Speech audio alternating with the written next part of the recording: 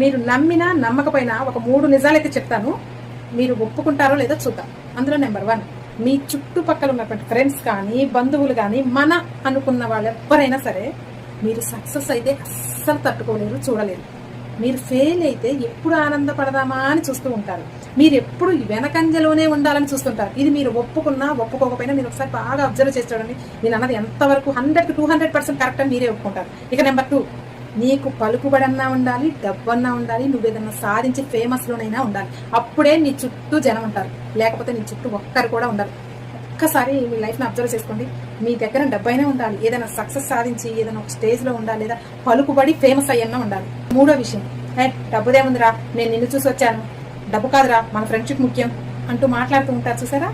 ఇవన్నీ నాటకాలేనండి. ఒక్కసారి డబ్బు లేకుండా నిలబడి చూడండి. అలా వచ్చిన వాళ్ళే నిజమైన ఫ్రెండ్స్. మీ డబ్బు చూసి వచ్చే వాళ్ళు నిజమైన ఫ్రెండ్స్ కాదు. ఈ 3